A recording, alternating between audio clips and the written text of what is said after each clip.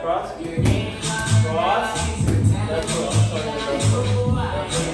Hey there, beautiful women. Thanks for clicking on this video. Welcome back or welcome to the struggle. My name is Rose and you're watching my fitness struggle journey. I am out here about to get stuff going because, you know, that's what we do. We grind every day, all day. Look at Jason and Dee already here. It's only like 4:35 and they're out here jumping rope. And that's the only reason I'm here this early. Look, watch. Look at them. They'll be chit-chatting. But they were jumping rope. Ooh, y'all see these shoes? Y'all see her shoes? Look at them.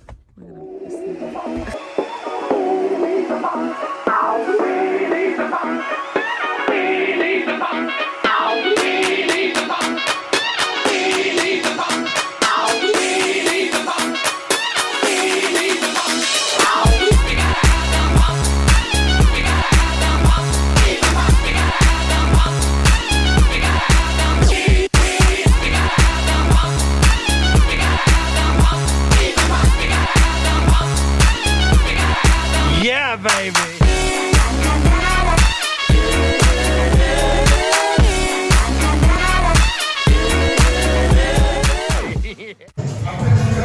Good to know.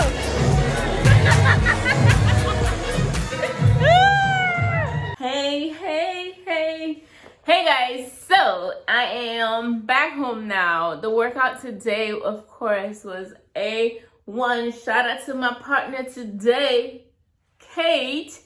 We pushed hard. Today was a strength day and we are some strong chicks, okay? We were pushing 180 plus 45, 225 pounds on the sled back and forth for a couple of rounds, not to mention all the other stuff in between. So we're strong. But yeah, workout was great and I got home, I was so hungry, but I already had breakfast. Now it's morning time still and I was looking back at a video I was editing and I told myself that instead of sleeping in the morning, I was gonna be napping. I am happy to report I have been consistent on that since the day after I made that statement. So shout out to me for keeping my word and sticking to it. Like this whole morning routine thing, I'm really feeling. Hopefully it stays long enough because I do it and then I don't do it and then I do it. So hopefully it stays consistent this time. But anyway, today we're still talking about the mind. And yesterday we talked about detachment. We defined it as just being a form of self-control and not necessarily not owning things, but not letting things own you. So in the spirit of that, the chapter continues into that when we're still talking about detachment. And one of the ways that monks detach from the world is they'll do months of no talking. As loquacious as I am, oh my gosh, I've gone a day or two without talking before simply because there's no one to talk to. But I couldn't imagine doing 30 days without talking. Especially considering the job that I do, it's like more than half of it requires talking. So I would probably have to go to a retreat somewhere to not talk. Something else that they do is not eat for however many days. And then there's other things that they do, which are pretty cool too. And that takes a lot of discipline. And through all that, Jay says that one of the things they learned is that you can bear greater hardships than you ever thought possible. It's always hard until you do it and then you realize, oh, it's not so bad. Like this morning when we saw the sled with 4 plates plus a kettlebell, I was like, oh, that looks like a lot of weight because it's definitely more plates than we're used to past strength days. I remember maybe 2 plates and 2 kettlebells, but it was at least 45 pounds lighter than what it was today. So it was daunting at first, but just walking up there and be like, okay, push it like a boss. Because you can only add weight. And yes, you can take off weight too if you have like what Jay calls orthopedic restrictions. However, when I get up there, my goal is to push whatever she has, and if it's too light, then I add some more. So it was nice to see that I could get that done. And then you all know the saying, it's always impossible until it's done. And then once it's done, then it's easier for people to push the limits because they know, oh, I can totally do it. So let me push and see how far I can take it. For the legal stuff now, and a lot of times you can overcome the demands of your senses with self-control. So I wouldn't recommend going days without sleeping, but the reality is if you really push yourself to it, you can probably go days without sleeping, just like people can go days without eating, or what we call fasting, not just intermittent fasting, but I'm talking about like fasting for 25 days, 30 days. I think I saw a YouTube video once where a guy fasted for 365 days. He was morbidly obese and supposedly his body had enough nutrients to sustain him, but 365 days without eating, I can barely go an hour without eating. So to think about that, that's crazy. But again, it's always impossible until it's done. You can overcome your senses with just self-control. And some ways to detach that are more manageable. So in other words, don't go trying to go months without sleeping or months without eating or months without talking. But unless you're trying to be a monk, then that's different because, you know, you're probably in a setting where you can allow that to happen safely. But for us regular folks, what we're going to do is something less drastic. David... Is his name David? I think his name is Matt Devella. He's a minimalist YouTuber here on YouTube, and he has these little fun challenges where he'll go 30 days exercising, 30 days with a flip phone, 30 days without a phone, 30 days vegan, and you know, just little 30-day challenges like that. So those are the kind of challenges you can think about doing that are less extreme than what the monks do. So something I've been doing since the new year started is I have not been on TikTok. TikTok is addicting. Oh my gosh, the scrolling I could do for hours. I remember when we were in quarantine and I discovered what TikTok was, or the app itself.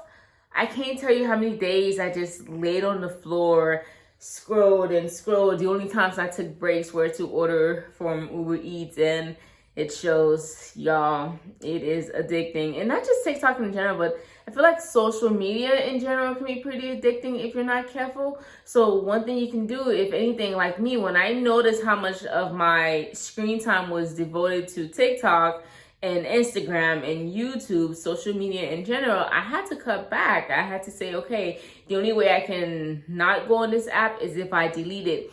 And at first it was difficult because that's what happens when you change. When you change, your brain tends to go against you. It wants to rebel. It wants to do what it's used to. So at first it was difficult in the sense that I would, instead of going through the app on TikTok, I would go through the website. Right.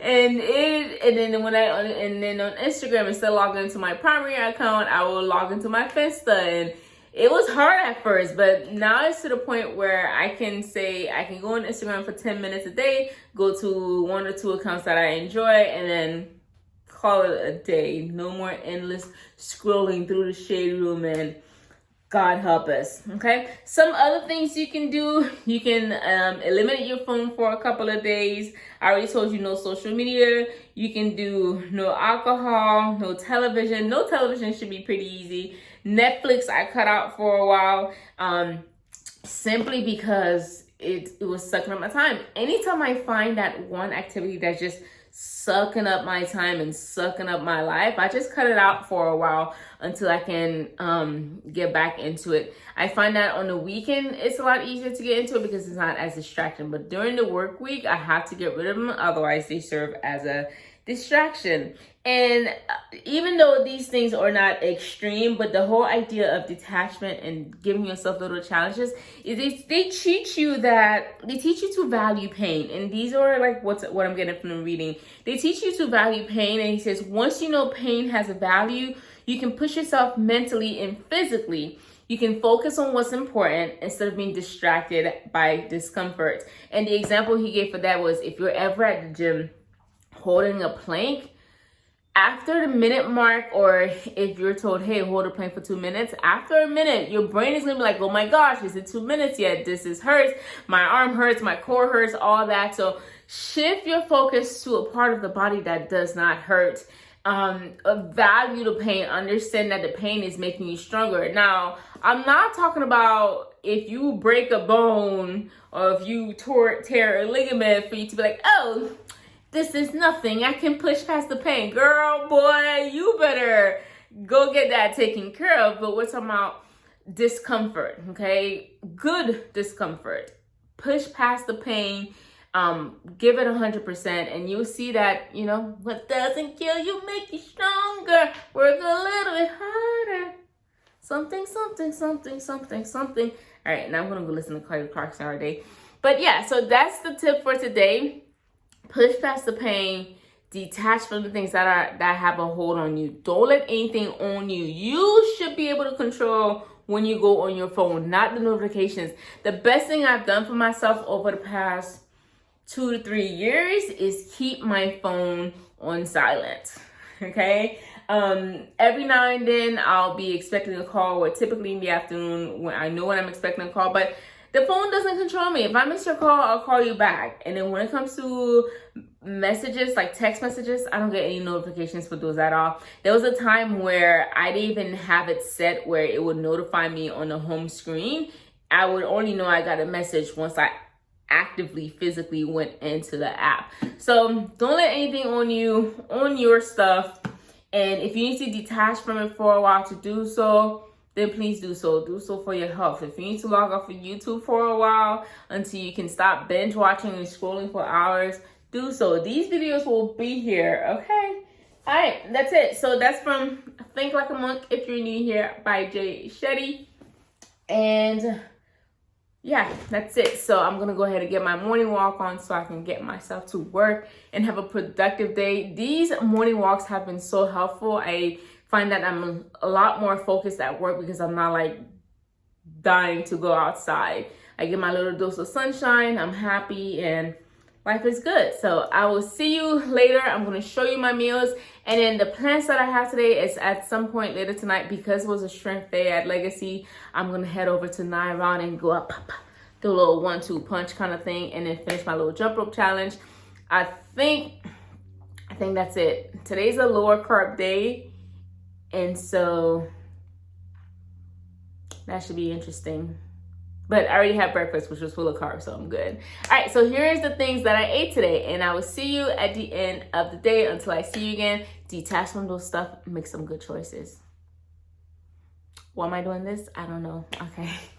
I was halfway through eating when I realized I didn't record. So 2 scrambled eggs, chicken sausage, peppers, onion, spinach, and then a protein waffle. I say it's A, but I split it into 2. So that's breakfast.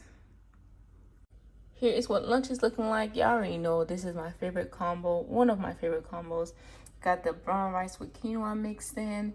Got my curry mustard chicken thighs. This time though, I popped it in the roast feature in the air fryer without the, I don't know, like the grill pan or whatever you call it. And then on the side, I have some steamed mixed veggies. This is from the stir fry mix at Trader Joe's, and that makes a lunch, y'all. I'm so excited to eat this. Get into it. Get in my belly. Though we've come to the end of the night, I don't have my protein now. So I made a little protein milkshake, but I don't have milk. I was supposed to go to the store this morning to get some milk because, you know, I was on my walk and I was like, oh, let me go to Trader Joe's, but I didn't have my mask, so I couldn't go to Trader Joe's, and I didn't want to go home and then go to Trader Joe's. So it didn't happen. So I'm having water and protein powder, and y'all know how much I hate taking my protein powder that way. But I learned, had I just had 3 eggs for breakfast instead of 2, I wouldn't be in this situation. And this is why Jay tells us, Jay at the gym, tells us prep. Write it down, plan. So you know what I'll be doing next week, proper planning, so this doesn't happen. So It's currently in the fridge. I'm gonna go chug it and then call that a day. But y'all, so for my third workout, basically what's happening is we added a third workout twice a week. We added some cardio kickboxing into the routine just because D and I have been wanting to get back into it for a while now, and now it just seemed like a good time. So we got in it, brought Jason with us, and so D and I are working to improve to get back to where we were when we were initially there, and then Jason is working to improve progress because it's his first time. So it was so fun. Did some freestyle, did some regular stuff, and that was it. When it came to food, I finished my day with the rest of the chicken I had for lunch, some coconut, and this protein thing I'm about to drink, and that was it. I'm about to go hop in the shower and then go to bed. It's almost 9 o'clock because, we trying to wake up at 3:30 at some point. Currently, I'm still on, I'm at 3:45. I set my alarm back to 3:45 as of yesterday night. So we are 15 minutes away from waking up at 3:30, and that feels great. And that's where we're at. Hope you made good choices. I guess between the time you started this video and now, but enjoy your day, y'all. I'll see you tomorrow, and you know what? I'm going to leave you with some clips from my workout at 9 round, and see you in the morning. Peace. Make good choices.